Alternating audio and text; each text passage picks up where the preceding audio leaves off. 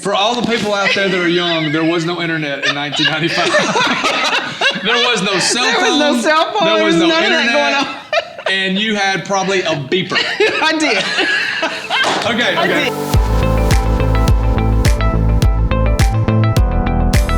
Welcome to CEO Parenting Podcast. Sorry. Darlene Wilson. So the great thing about all these conversations is a lot of times I don't know who these people are. And so one of our former guests, Jen Ryan, introduced us, and she said that Darlene is awesome. And so we're going to find out how awesome Darlene is. So welcome. So glad you're here. Thank you. Okay, Thanks so for Jen having me. Ryan introduced us. Yeah. Okay, so tell me how you know Jen. So I know Jen because when she first came to Birmingham, she was interested in really finding her way in this entrepreneurial world. And so she was talking to some people and was like, I want to find out, the lay of the land. I want to talk to some other entrepreneurs. I want to really meet some other women in this space. And she and I were introduced. Somebody called my name for us to connect. Great. And we connected, and we have stayed connected ever since. And I've been a part of every one of her entrepreneurial journeys. She's wonderful. And we really admire each other. She's great. Okay, so tell me about what you do.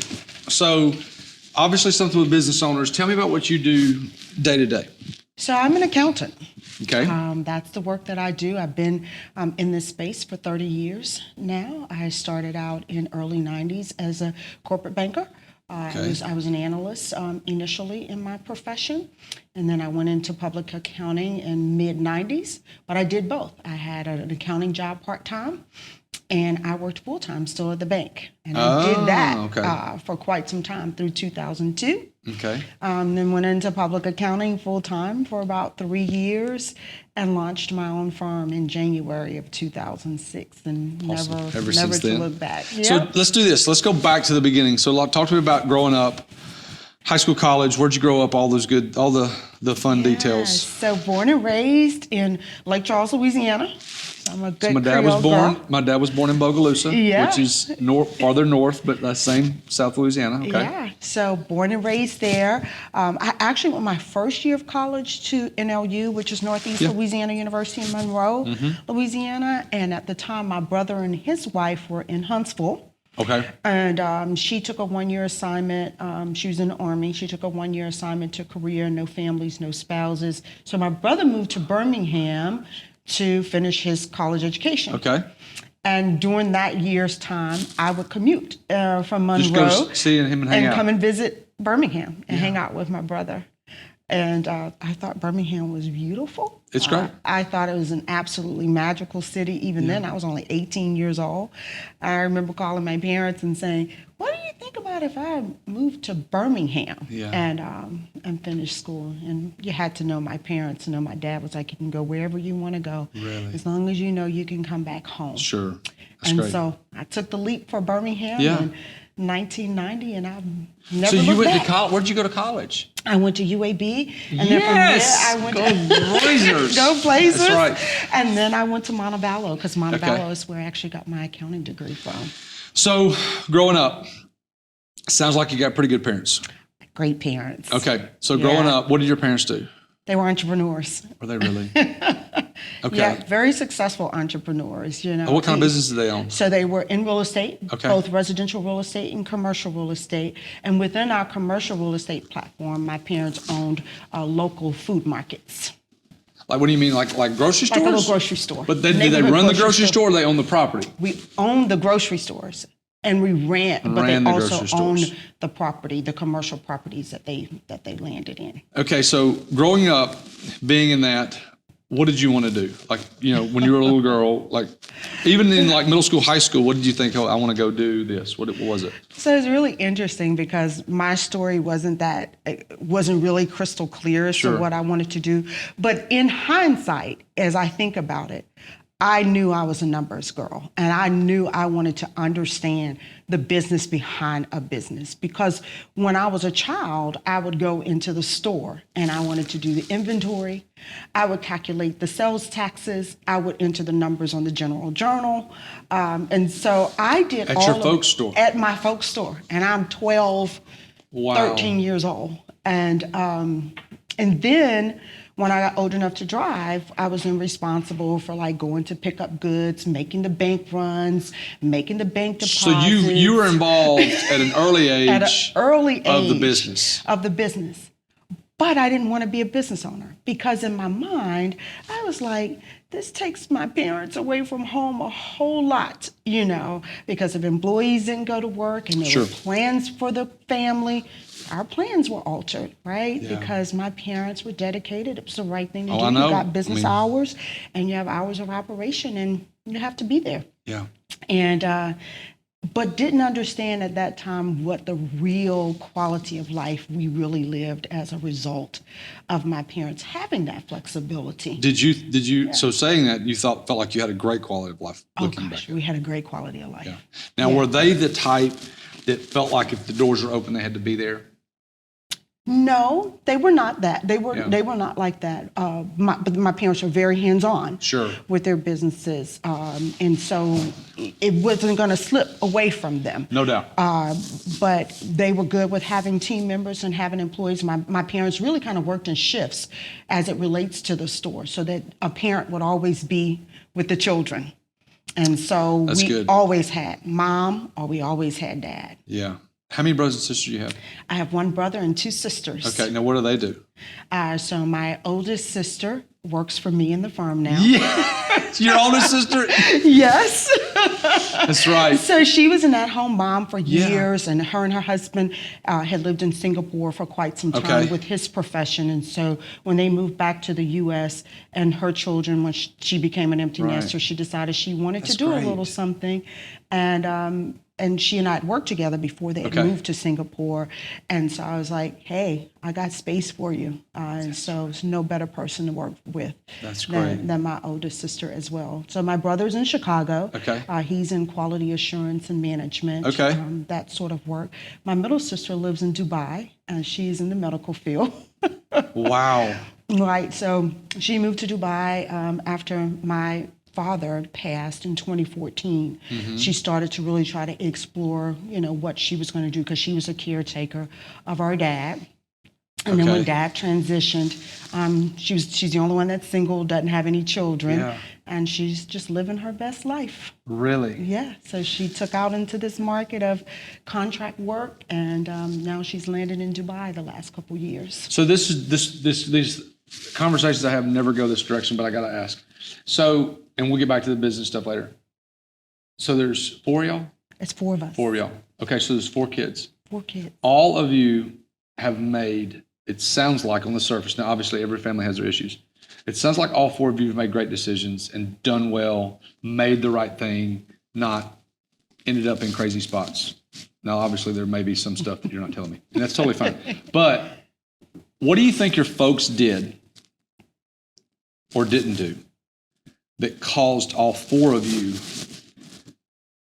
to lead what seems like a pretty successful adulthood in you and brother and sister? And tell me, what do you think they did or didn't do? So I think my parents did an amazing job of living by example. So I didn't have parents that just told you do this and you do that. My parents, if something was expected of us as children, which means chores, our work responsibilities as it relates to the business, and everybody was a part of it. So we lived a life that there was a lot of discipline in our family. Education was not an option. It was okay. So when you say that, was it talked about a lot, or was it just understood and expected? No, it was talked about. It was talked about. It was constant education, if I would say. So my dad was the type of father. You said, "Dad, what does this word mean?" He'd go, "Okay, so on this bookshelf over here, go to row 1 and pull that book, and then when you get that out, then I want you to go read something else." And you're like, "I just want to know the definition of this one word." I just want to know.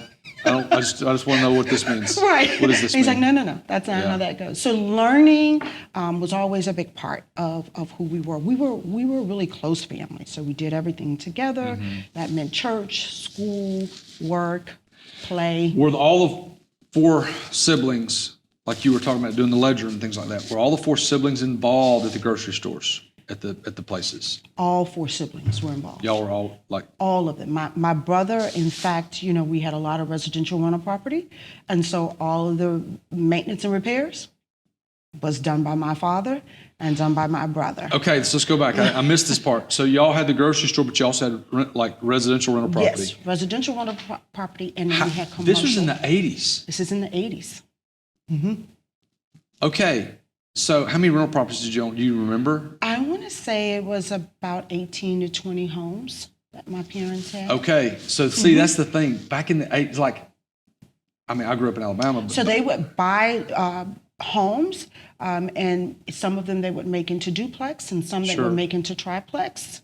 And so, what started out as one piece of property originally, then either became a duplex or a triplex. And my brother and my father would do. And they managed it. They managed it and did most of the work. Gotcha. So they were doing this 30 years before it became popular. Yes. No TV shows talking about all that stuff. None of that. Right. That's great. Now, okay, I'm getting super deep in these woods. What was your dad's background that caused him to do that? So both of my grandparents on both sides are entrepreneurs as well. So my father is back in the 50s. Yeah. So my father's from Philadelphia, Pennsylvania. Okay. He was in the Air Force. But honestly, our family's business ideas really came from my mother. So it was my mother's idea to own property and to own these stores. Her real reason for that was to really service a community of people that she thought was even underserved, even at that time. Now, where's she from? From Lake Charles, Louisiana. And my father was in the Air Force, and he was stationed in Lake Charles, Louisiana. And so that's how my dad got there. That's how they met, and they stayed there ever since and raised their family. Okay, yeah. So I love this. So I didn't grow up like this at all. Like my parents were teachers, and so just a totally different lifestyle. But I love, we try to do this with our kids. Like the catering stuff that we own, I take my 2 big kids, my youngest is 7. I take my 2 big kids. My 14-year-old goes and works events just like any of my employees. Mm-hmm. She does great. I just throw her in the mix, and the girls will tell her what to do, or I'll tell her what to do, and she's wonderful. Mm-hmm. My 11-year-old boy is not quite to that level yet, but he's close. Mm-hmm. But they like coming. But it is a little bit different. Talk to me about school. When you would go to school, you'd go to school, and did you play sports or anything like that, or were you just pretty much involved in all this kind of stuff? No, we played sports. Did you? We all had extracurricular activities. Yeah. I was a fast pitch softball player. Okay. From age 7 years old through high school. Yeah. So my brother played football. My older sister ran track. Okay. And my middle sister, she was a dancer. Okay. And so y'all were involved in all good things.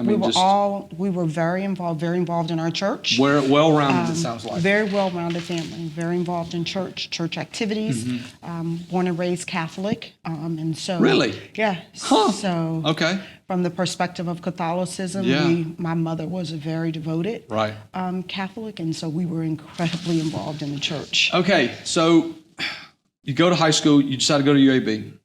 Did you know from day one that you wanted to do accounting? No. What'd you do? I thought I was going to school to be a nurse. Really? Yeah.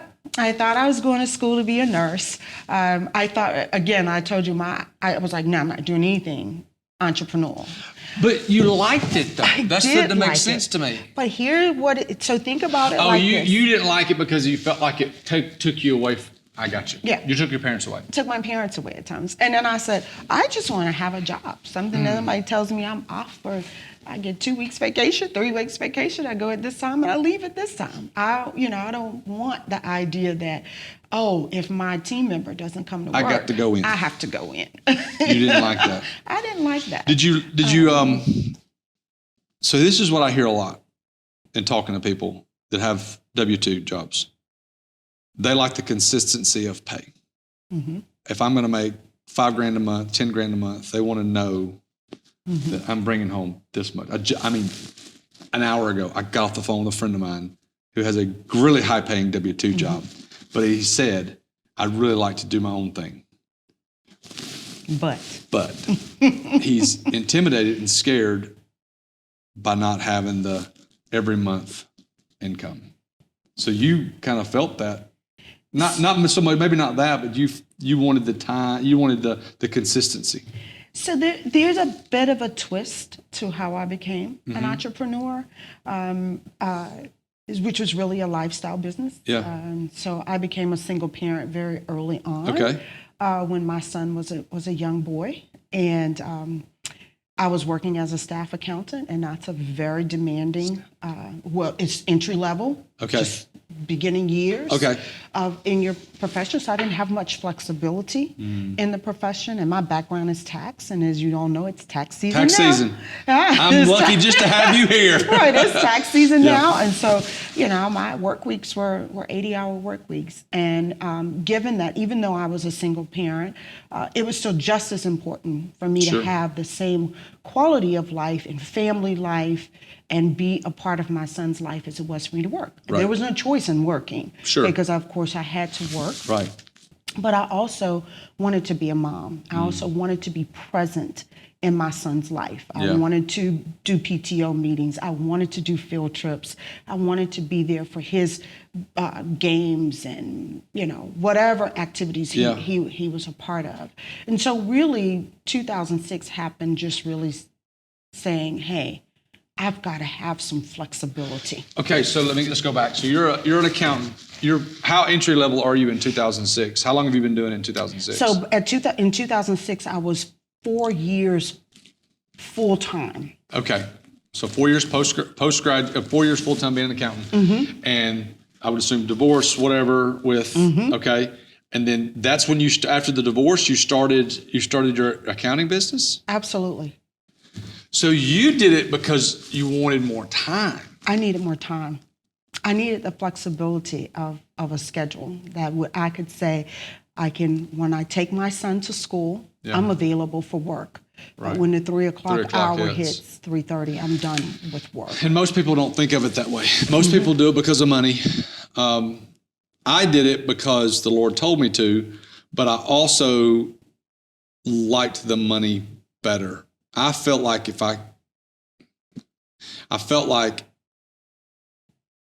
I wanted to be in charge of how much I made. Now I'll say this, the first 3 or 4 years, it was not a time thing because I worked as much as I always did.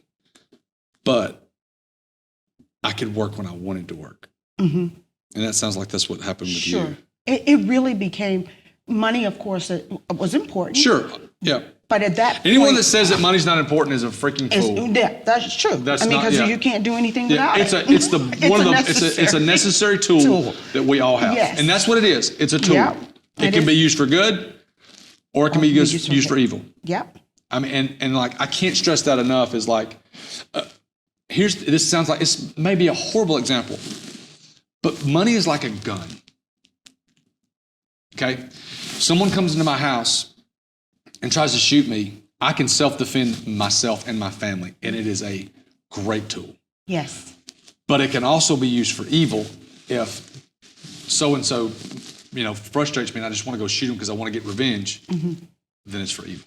I think the money is the same way. It's just, how are you using it? And so you needed the time, like the money, but the most important thing was the time. I had already been working part-time as an accountant since 95. So I was building a book of business on my own over that, in that. So in 93, I entered my professional career. Accounting. Corporate banking.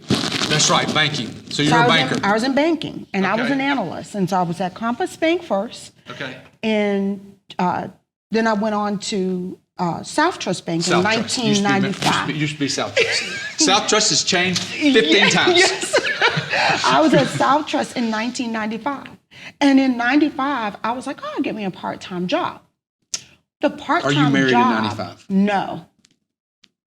And the part-time job was at an accounting firm. When you say banking, what do you mean? Are you I'm in cute Darlene the teller, or like you're in there doing loans? Analyst in the commercial lending division. Analyst in commercial lending. So a pretty good living. Yes. For a single woman. Okay. Then you said, okay, I need a little more money because I like nice things. And I want to save. Yes. I Okay. want to start So saving. so what did you start doing? So I found a part-time job. Back then, part-time jobs was in a newspaper. So I'm scouring the newspaper on a Sunday afternoon, and it says... For all the people out there that are young, there was no internet in 1995. There was no cell phone. There was no cell phone. There was no none internet. of that going on. And you had probably a beeper. I did. Okay. From cellular Yes, one. exactly. Perfect. Okay, so we're on the same page. So you started looking at the newspaper. I started looking in the newspaper. There's this part-time job, and it says data entry, and it was listed as seasonal, and it said $10 an hour. I was like, well, two things. It's seasonal. If I don't like it, it'll be over at some point in time. This is almost 30 years ago. Yeah. $10 an hour 30 years ago was a lot of money. Was a lot of money. $10 an hour is probably 20, 25 right now. Yeah. It was a lot of money for them. And I was like, oh, this is some good part-time money to go make. Well, when you didn't know where, I don't know if you remember, they wouldn't put much information in those little boxes. Well, it would just say, mail your resume to, and it was a P.O. box. And it was like, the newspaper was gigantic. Yes. And there was a gazillion boxes on there. Right.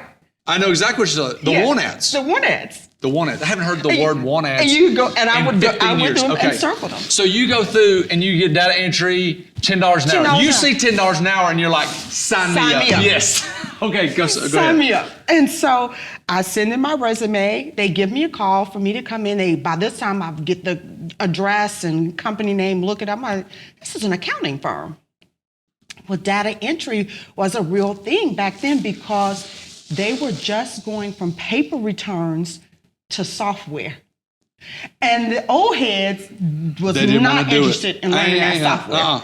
So they were like, we're going to pass off these handwritten to these young bucks. to these young bucks. So you got to know me. I'm sitting back there. 1995, you're on a computer. And I'm sitting back there keying these tax returns. And I'm like, gosh, this is really interesting. I was like, I really want to learn more about this. So then I start talking to the accountants. I start talking to the CPAs in the firm. Like, what does this really mean if this was something I thought I was interested in doing for a profession? Right. And I mean, they're the ones who guided me into this, you go get you an accounting degree. And, and I decided, I was like, well, I had all this biology and chemistry classes. So I was really like starting all over again. So South Trust Bank still had a tuition reimbursement program. And I go to Lawson State Community College and I start getting my core business classes from Lawson State, because that's all the infusion of cash I had was for 1 or 2 classes at a time, get reimbursed, and then you take the other few classes. So you're at South Trust and you're getting this reimbursement, which by the way, if people out there that have a W-2 job, especially a bigger corporation, ask about these things. Because if you want to go back and get something, a lot of times they'll pay for it like they did. This is still going on. Yes. And so people will pay. So if you're out there and you want to go do something, get your business to pay for it. So they're paying for 2 classes at a time or whatever it is. Yeah. How many hours did you need to get an accounting degree? So actually, for me it was probably well over 2 years. Oh, God bless you. Because you have to remember, I had no business background. 0. Yeah. So there was no, I only could fulfill what is required. Of course, everybody takes English, 101, 102, all the basics. You got the first 2 years. And I've got all my electives. You got the first basically. 2 years. And so you got a year and a half, 2 years left. I got 2 years, 2 years to go. And so. Okay, now as you're doing that, are you doing any accounting work? Are you still having this part-time job? I had the part-time job I never left the part-time job. I stayed there and then started working for them full-time when I left the bank. How long did it take you? It took you 2 years to get your degree, your accounting? No, it took me much longer. It would have been 2 years of going at 4 or 5. Right, yeah. So it took me longer than that. That's a lot of patience. I was enjoying, I was enjoying it though. I was, and then I had a halt because I did have Christian in '99. Right. Okay. So then I became a mom, and I didn't finish until after he was born. Okay. And then that's when I left the bank in 2002. So because by this time, I have the credentials. I have what I need to work full time. Okay, so you go from 95 to 02. To 02. Working the 2 jobs. Working 2 jobs. So part-time, full-time at the bank. Did you like the bank, or was it just a means to an end? Yeah, I did like the bank. Yeah, sure, okay. Yeah, so you're at the bank. So you go there 7 years. You said 95 or 93 at the bank? I started in 93 at the bank. I was 93 to 95 at Compass, 95 to 2002 at South Trust. And you started in 95 doing the part-time job. And I started in 95 And so you did the part-time job, 2 jobs for 7 years. For so 7 in 02, you said, no more bank, I'm going to go full-time at this firm. Yes. Did that same firm hire you? Yes. Okay, so what are you doing at that point there? I'm almost at senior level with them now because most of the accountants there have started to retire. And so now I've really stepped into doing a business development role. All your experience came from being part-time stuff. Yeah, from part-time. I was with them every single year. Were they giving you higher level job positions and things to do, even though you didn't have a degree because you had the experience? You just had to have the paper. Oh, absolutely, they were.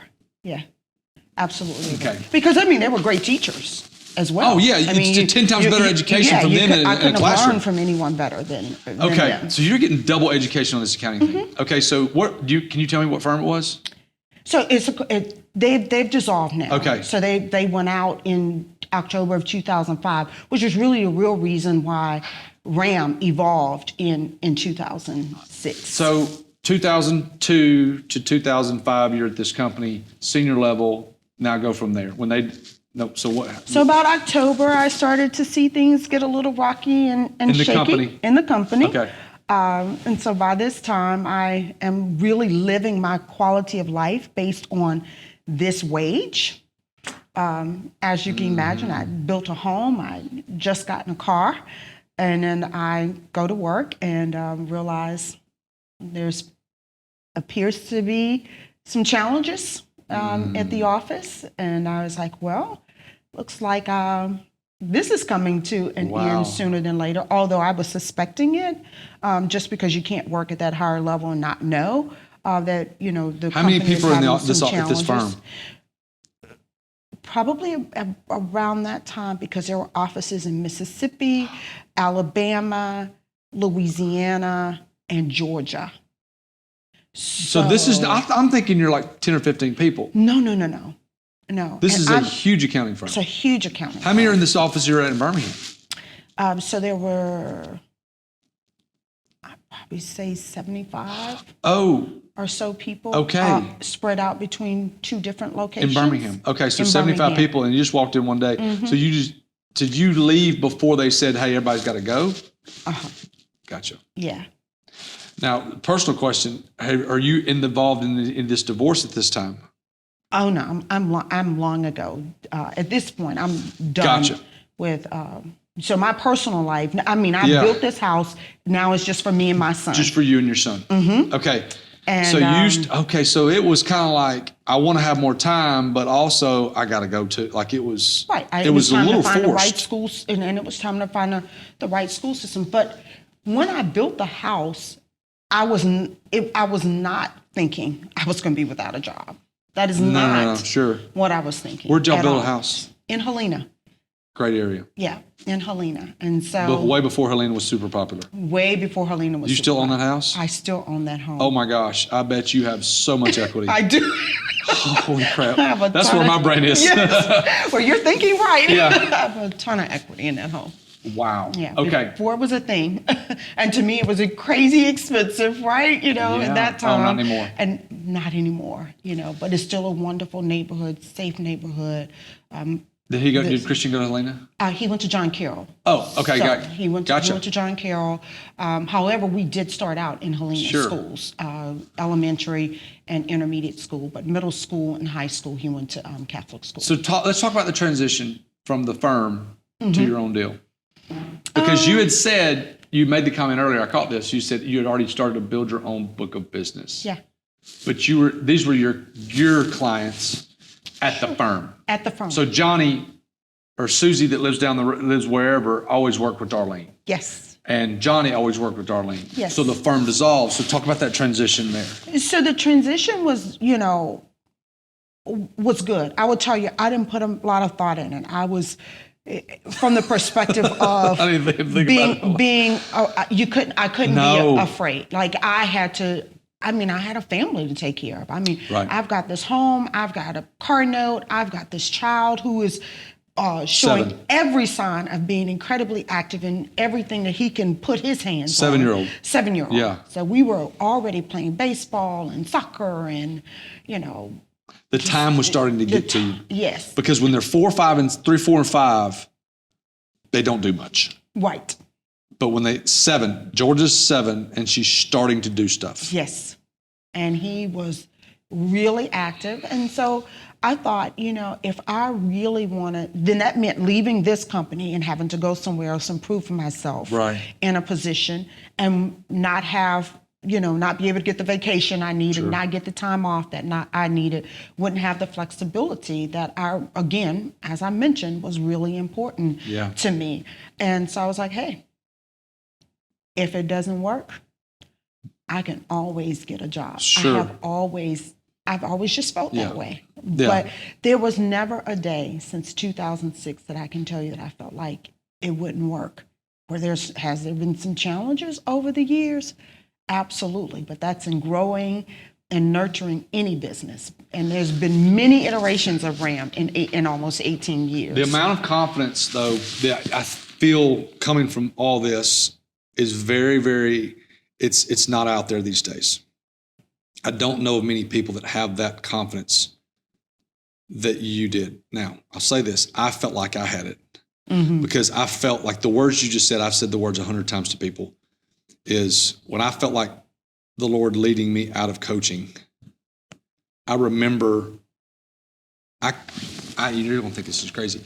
My boss walked in and said, hey, because I had told him let's talk at the end of the year and see how I feel. He walked in halfway through the season and I said, hey, I'm done. I'm not going to do this more. And he looks at me and goes, hey, well, what you going to do? I goes, I don't really know.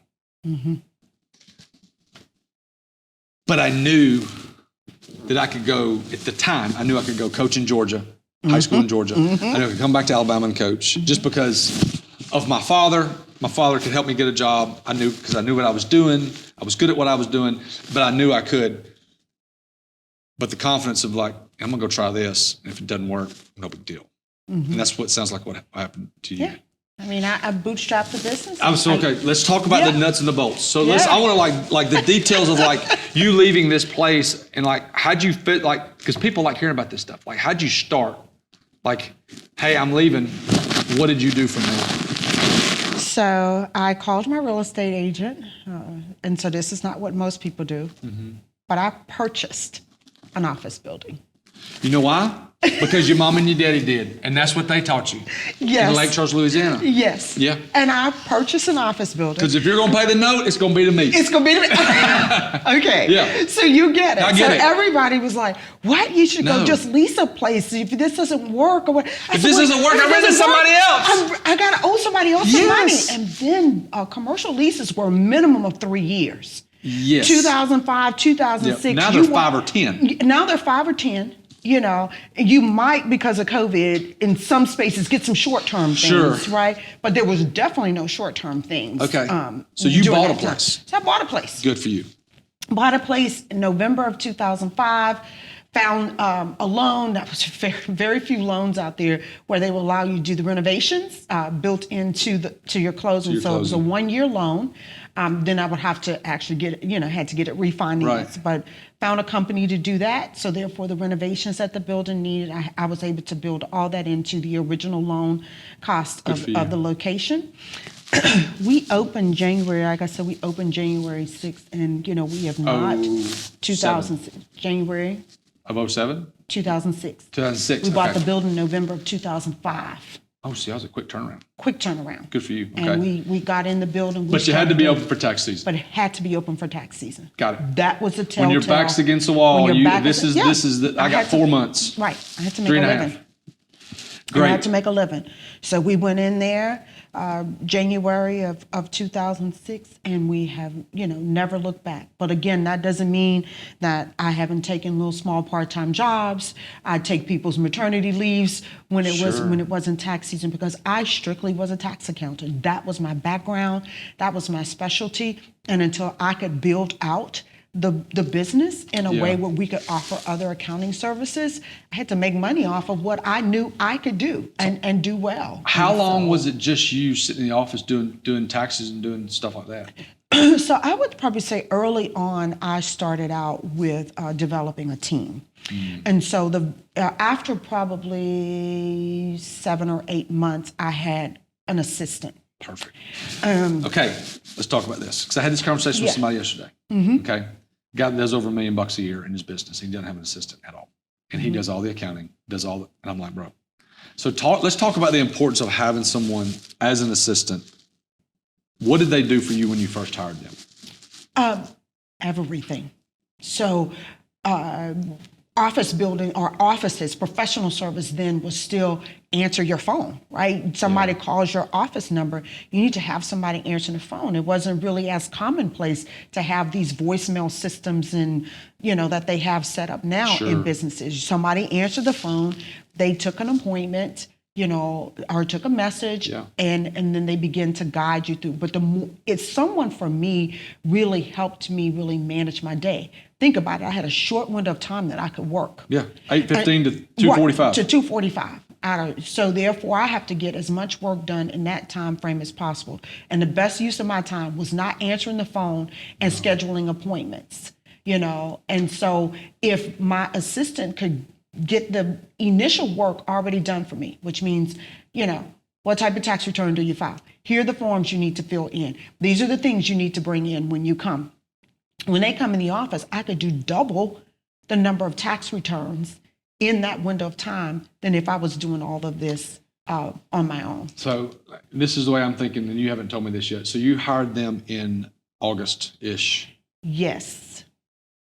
But you knew that you had to have them trained up and coached up for January. You can't do that during the busy season. You can't do that in January.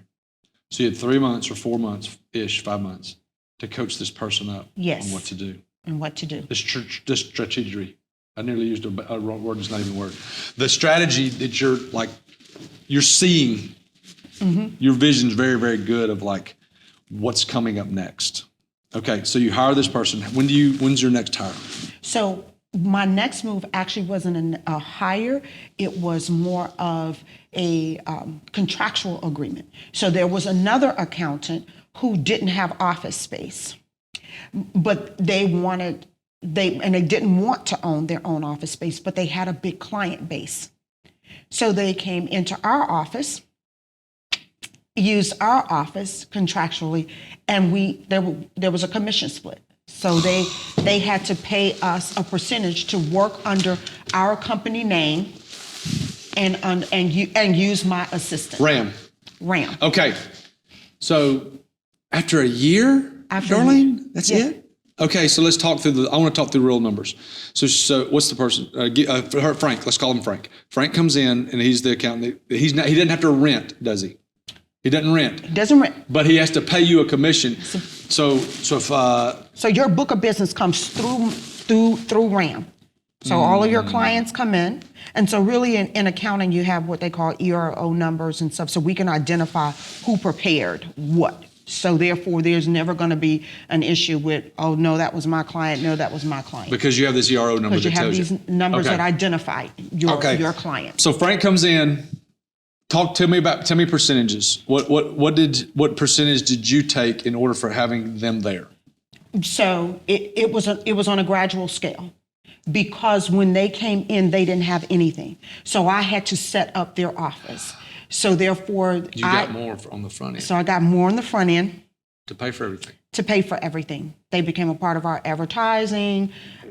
All of the things that we would do is how it went. But they were an independent contractor. And that's how we manage that. And I want to say for probably 6 years, we did this. And in the very end, it was an 80-20. But in the very end, by the time we were 80... What did you start out at? It was 60-40. Okay. So nothing, not this. Okay. Nothing, yeah. Nothing crazy. Nothing crazy. Okay. So $1,000 tax return. The guy gets 600. You get 400. Mm-hmm. Okay. Plus, they paid for the use of the administrative assistant.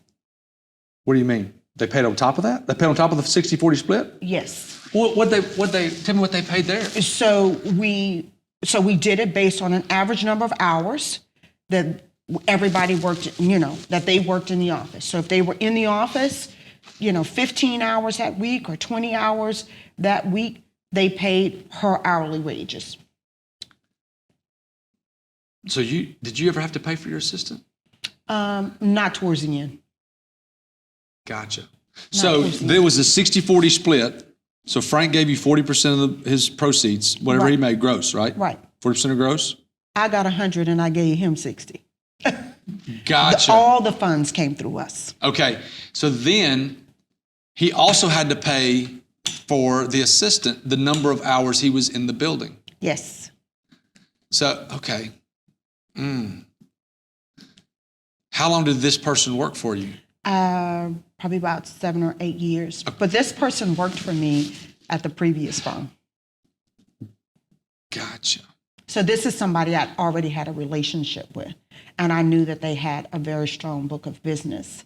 And I pursued them once I realized that they did not go to another firm. Right. To see if they were interested working for you, was that more lucrative than going to another firm? Was that a better play for him or her than going to another firm? Absolutely. If you're disciplined on it and you know how to handle a 1099 contract. Absolutely. Okay, so who was your next hire or next contractor or person? What did you do next? So then after that, we really started to hire staff. So I don't have contractors. They all so we work don't for have everybody is an employee, W-2. A W-2 employee of the firm. And so we started to. So I kind of worked a 2-3-man team. So I have one staff accountant. He's been with me part-time since he's probably been there 16 years, but he has a full-time job, and he's always had a full-time job. But he's come in and worked as my support. Sure. And really, so what I would do is I would then at that time build the book of business. So I'd have all the clients come in, and a lot like what I did, data entry side, he would come in the evenings and do my data entry. 2 shifts work. passing the night. You'd go to get Christian. He'd come in and start working. And he would work on all my files. And that way, the next day, my assistant would be like, "Okay, these files are ready. All you need to do is review them." We call the client back in and close out the tax, preparation. Okay, so this is you said 2007. No, 6. 2006. January 2006. You hire this person. The assistant in August of 2006, and then tax season starts, and this first contractor comes in. In 7. What was are you as large as you've ever been now, or have you ever been at a point where you've had a larger staff? No, I've just grown. Okay, so where are you? How many staff do you have now? It's a team of 10 of us now. 10 of you. How many of them are accountants like you that are doing work, and how many are support staff? 8 of the 10 are accountants. Oh. All have accounting degrees. Yes. And then 2 support staff. And 2 support staff. Is 2 enough? Well, I think you would have to kind of understand the model. Sure. So what we do now, we don't do a lot of tax work anymore. So so what do you do now? Yeah, That's great. so we've evolved into more of a accounting management services firm. So we provide accounting services to businesses that don't have accounting departments on site. Okay. So we do all back office support work, or we enhance your accounting department. Payroll management. We don't process payroll. That's it's a different animal. That's a different animal.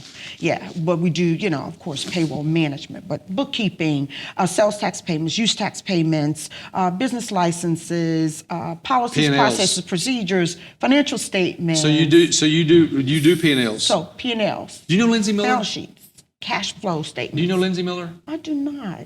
I don't. You gotta meet Lindsay Miller. So she owns Empire, Mpire, which is very similar. You do more than what she does. But it's the same concept. Okay, so y'all are more business. Do y'all don't do taxes at all? We do some. It's about 20%. our your total business. portfolio now. Yeah. Okay. So what's the largest part day to day? The largest part of what you do day to day? Business development only now. Okay. Okay, so I'll understand a little bit what that means. A lot of people may not, because business development to some people means raising money. It means tell me what you're.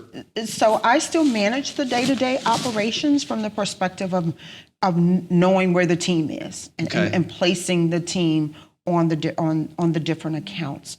But for the most part, my day consists of returning phone calls, meetings, finding ways to front face for the company, doing things such as this podcast. This morning I was on a panel. Left from there, had a board meeting because I sit on several boards. So those sorts of things to me are business development work. Absolutely. Because they are critical to really telling people and continue to tell your story and validate, the work that we do in the business community. But I will tell you that it gives me a chance now to really cast my net wider. Sure. So we service businesses in about 12 states, and my employees span over 4 states. So the 10 people are spread out in 4 states. Colorado, Louisiana, Texas, and Alabama. Okay, so why did you get into the non-tax stuff? Tell me how that came about. Well, because I really focused on taxes, and I was doing a lot of tax work for small businesses with Schedule Cs, really starting out maybe 2-3 years in business. And I would see them year one. They come in with their shoebox of receipts and, Ziploc bag of receipts and that sort of thing. And then we would put together, their working trial balance, get their tax returns prepared. And then there was always this, I didn't make any money. How do I owe taxes? So now you got a client who's got a tax liability and they got a bill that they owe the firm. And they, in their minds, have not made any money, and they haven't done, they haven't done that well. They thought they were going to come to you and get a check. Right. Or at least not have that depth of a tax liability. Because when you don't have books or records and you don't have financial statements, you really don't know how well, you really don't know what the business made. You really don't know, what your expenses are. Chances are if you come in with a shoebox of receipts, it's not all of your expenses. So you're leaving a lot of deductions on the table, likely if you're doing that. And I was like, so I started asking questions. So what's the gap? I said, what's really happening? What do you need? And they were like, well, we need people who does bookkeeping for small businesses. We need payroll companies who do payroll, for smaller entities. And something, because really the larger firms back then, they didn't have, like today you can go to a firm and they're going to have all the pillars of services like we do as well. But then they did tax and they did audit. And you did everything else somewhere else. Right. You did bookkeeping, you hired a bookkeeper, you hired a payroll company, and those things did not intersect with your accounting firm. So now we find that if you really want to be a part of helping businesses to grow, you want to be a part of what I consider a robust and strong ecosystem and an economy that we all can thrive in, then these sorts of needs had to be met. And so it was really, for me, I found a need and I decided I wanted to fill it, because I know, being a part of an entrepreneurial family and coming from parents who were self-employed, how important and how well our lives were realized and lived through them. Right. I wanted everybody else to have the same opportunity if they felt that their gap was books and records and really understanding how to manage the back office. Back end things. Because most of the time in small businesses, you don't have somebody that can do that. Like Sierra runs payroll for us, but she literally runs payroll. That's all she does.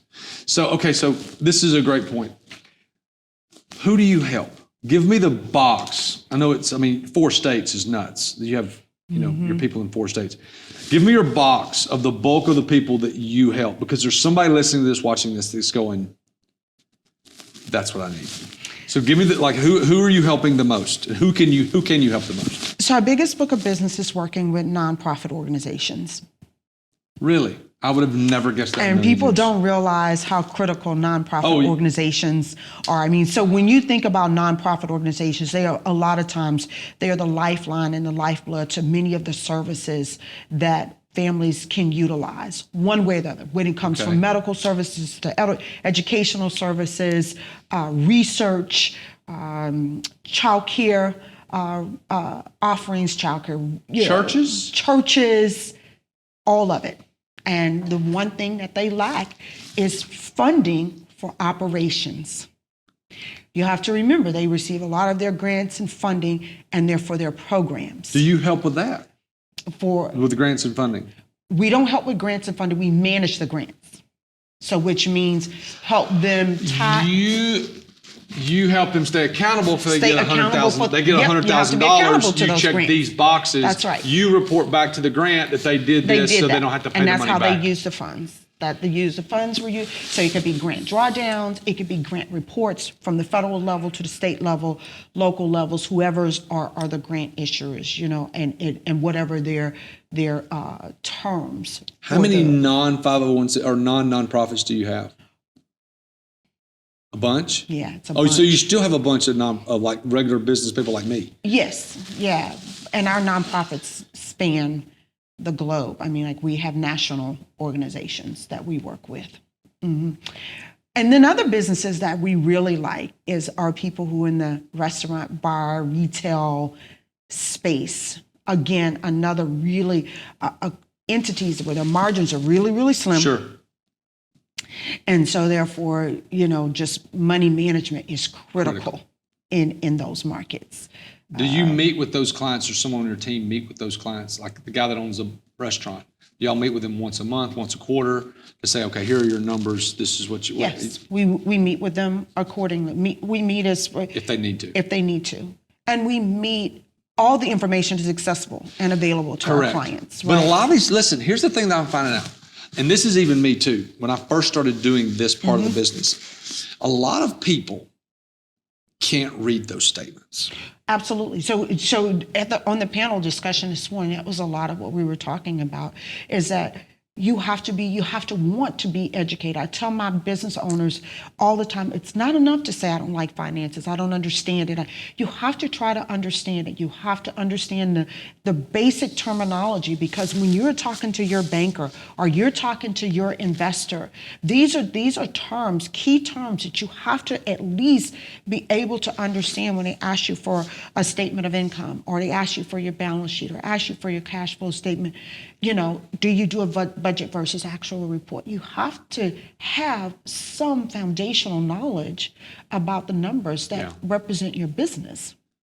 Because they are asking you these questions. And although you can say, Darlene and their team, they do an amazing job with this, can you call them and ask the questions? They're not giving the money to Darlene. They're not giving money to Darlene. They're not giving money to us.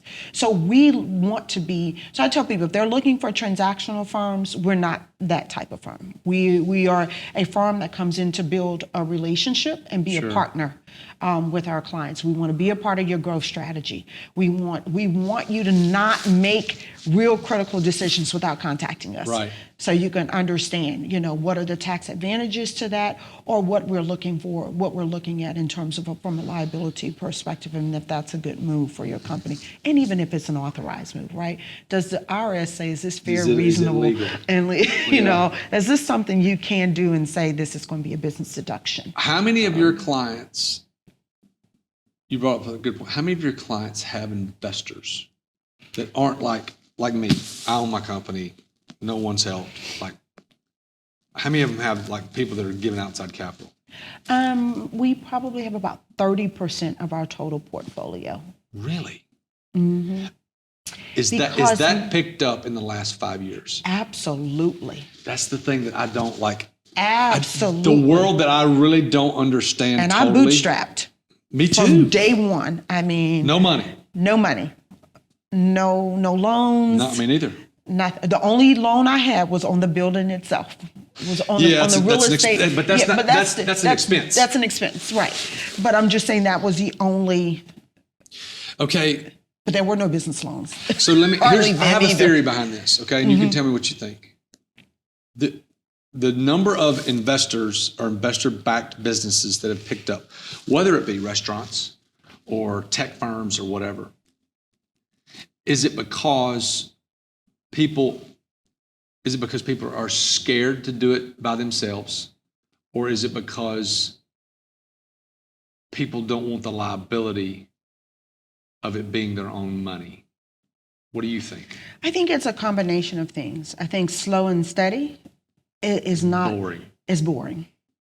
You know, I also think that there is the notion that my idea is so great and you should want to invest in me. And therefore you use your money and I'll use my brain, or I'll use my resources, or I'll use my, whatever this passion is, whatever this thing is that we're doing in business. I also think it is what sounds to be the winning thing. Now, if you have investors, then that means you're doing something that everybody else should be interested in or would want, right? Because if so-and-so's investing in me, it's got to be a good idea. It's got to be a good idea.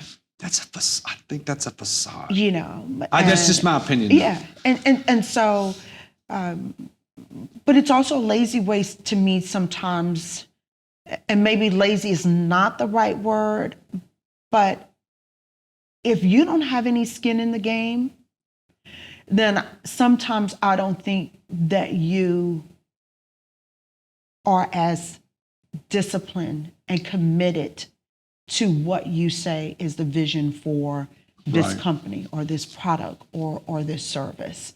And it's so much easier in my mind to give up on somebody else's money than to give up on your own. Absolutely. Like for me,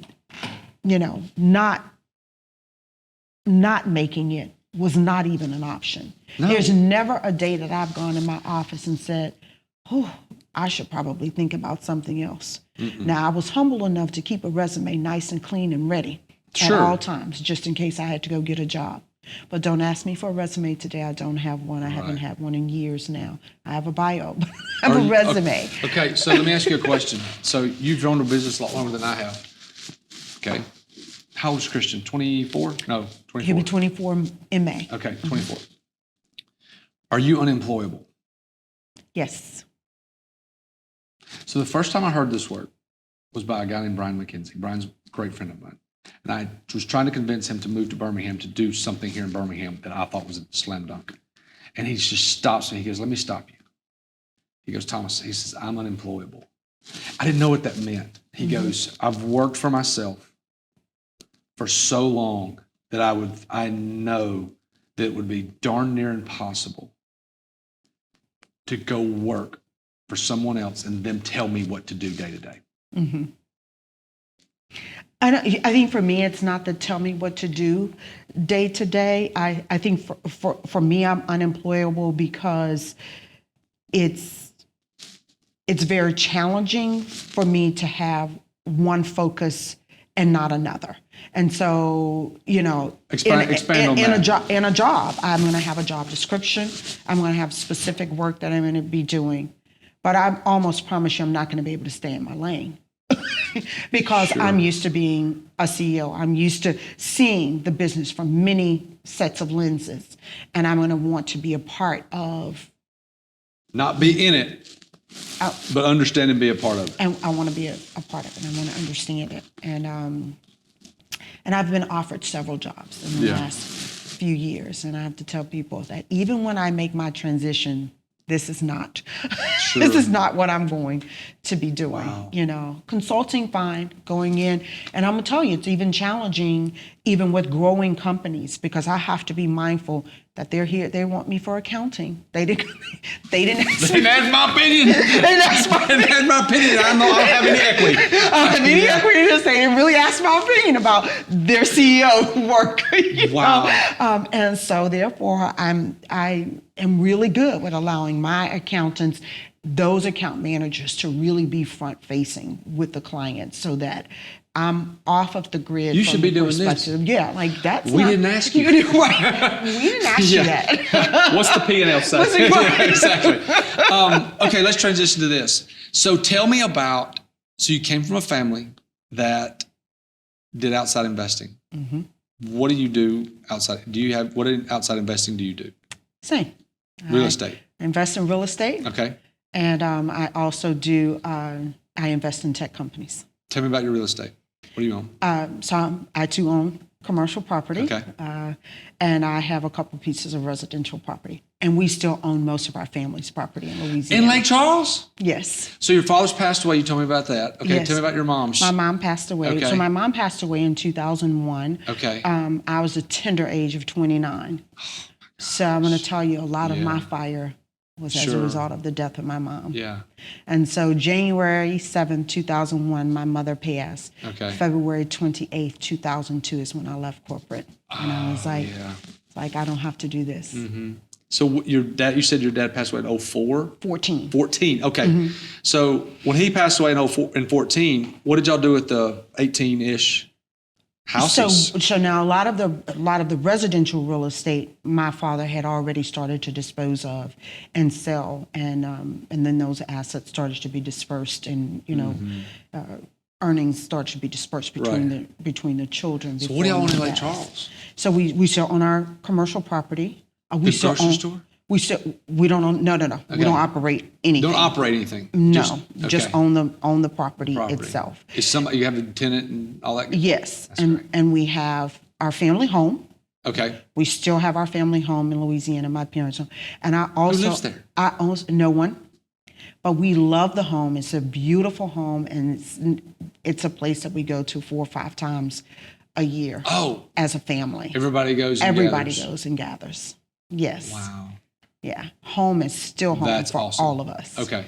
And we may all be there together at times. Sometimes it's just 2 of us in our families, or it's me and my girlfriends. We take girl trips, to Lake Charles and spend time. Is it on the water? There. It's on the water. Oh, that's why. I was thinking some house in a cul-de-sac somewhere.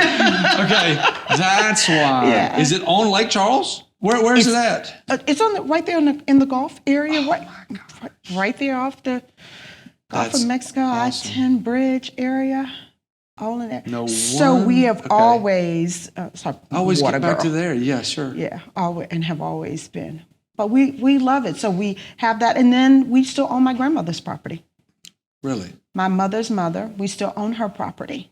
Wow. And she owned a little bar, is what she owned. Okay. And so that nothing is on her property. It's just land. Just the land. Now. So tell me about Christian. Christian's an accountant. Does he work for you? And he works for me. That's great. Okay. Great. So he started out in private aviation when he first graduated college. So he's a pilot? No. Okay. As an accountant.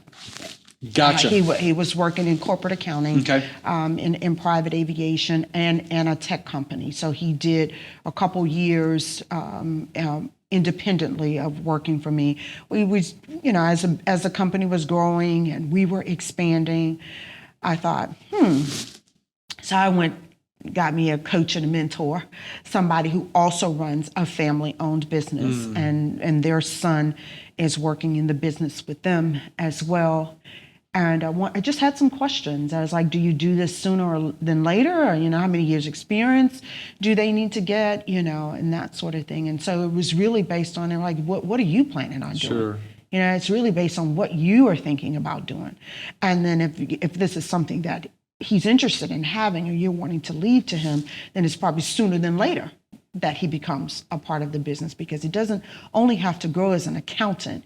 He has to understand the operations of the firm. All the things that you do. We ain't just doing taxes. It's not just doing that, right? Okay. And so I made the offer. It wasn't that attractive to him originally, because, sometimes your children are like, oh, I want to work for the Big Four.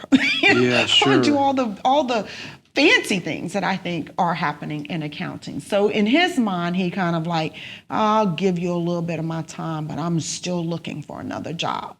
I'm still going to be looking for Where did he go to else. college?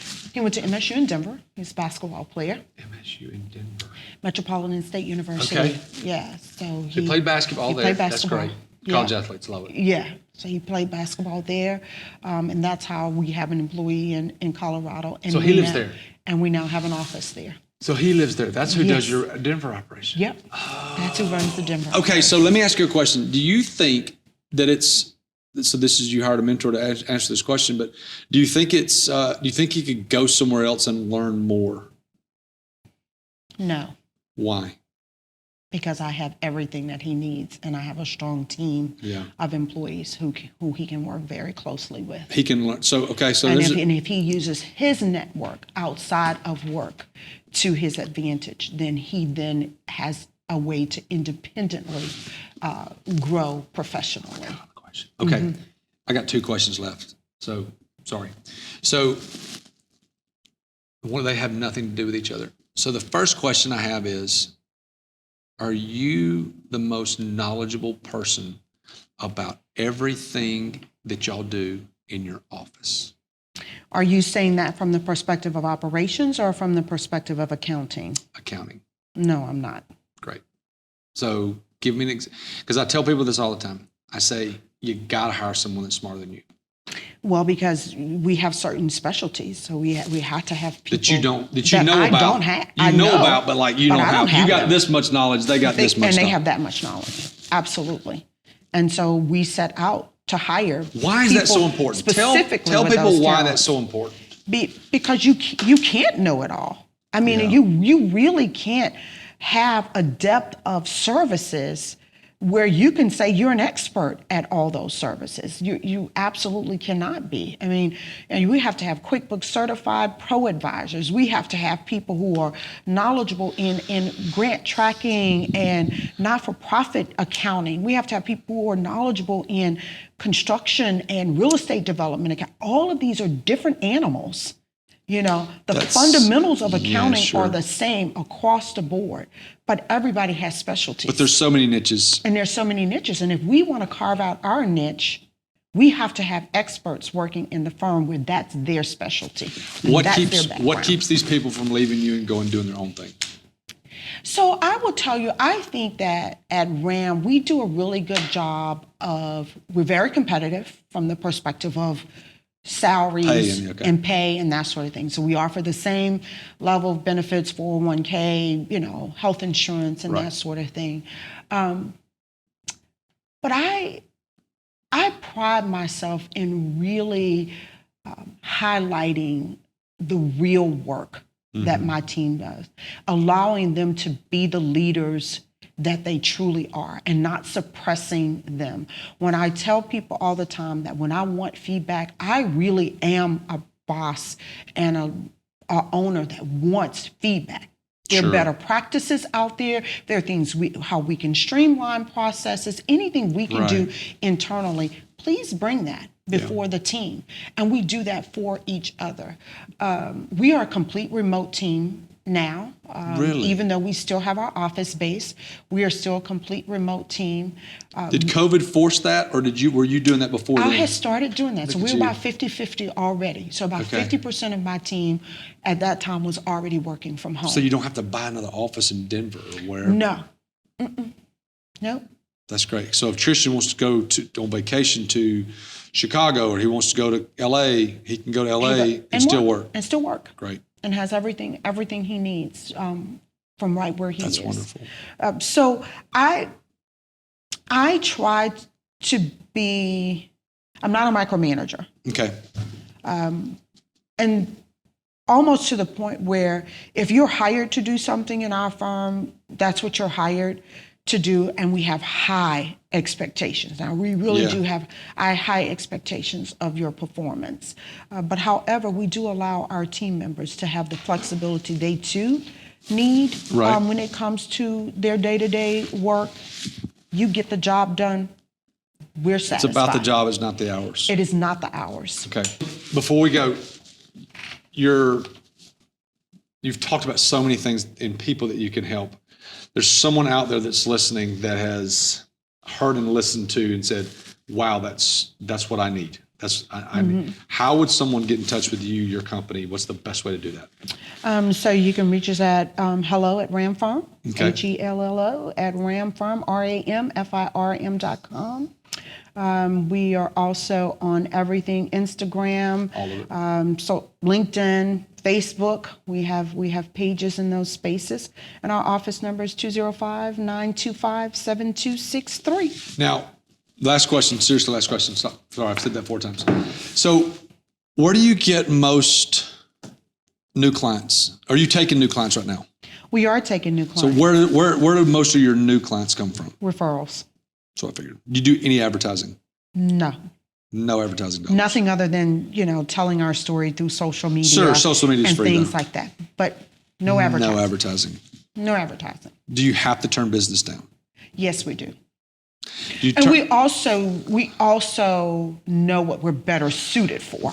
It's not a And matter so of not it's wanting not to do just something. not doing. We just decide not our we deal. can't be everything to everybody, right? We're not probably a better suited firm for some types of businesses. But so we keep a broad referral Sure. base though as well internally to say this firm does this work very well. People that do that say no, have a better culture and a better quality of life because they don't say yes to everything. And saying yes to everything stresses out your team. It does. I mean, it does mine, and I'm not even close. I mean, I do food. Yeah, but it does stress out your team because your team is looking at you like, No, we can't do this. that's not our background. Sure. Why are we? Yeah. Because Well, we this- just have to. We get to some points where we have to just say no. We're not taking. Like we had 2 weeks ago. We had 3 events on Friday. 1 in Botanical, 1 in Huntsville, and 1 somewhere else in Birmingham. And we just put on the calendar, hey, no more events this day. Right. So, But you also have to think sometimes about why you're saying no too. Now, that's also a really important Absolutely. part for business owners to understand. Are you saying no because you're afraid to make an investment in the human capital or maybe other resources that you Right. need to do that function or provide that particular service in your business? Now, that's a whole nother matter. If your no is for that reason, then you have another hurdle you need to Sure. cross. So you can really understand what will get you there so you could say yes to these types of clients. we say no for bandwidth. Can't do it. Physically can't do it. And money. Right. Like it's not worth us doing that. Like we're not going to lose money, but we're not going to make money. And if it's a situation where we're not going to profit, if I'm not going to profit much and my team's morale is going to be low, it's just a no. Yeah. So, I agree with you there. Yeah.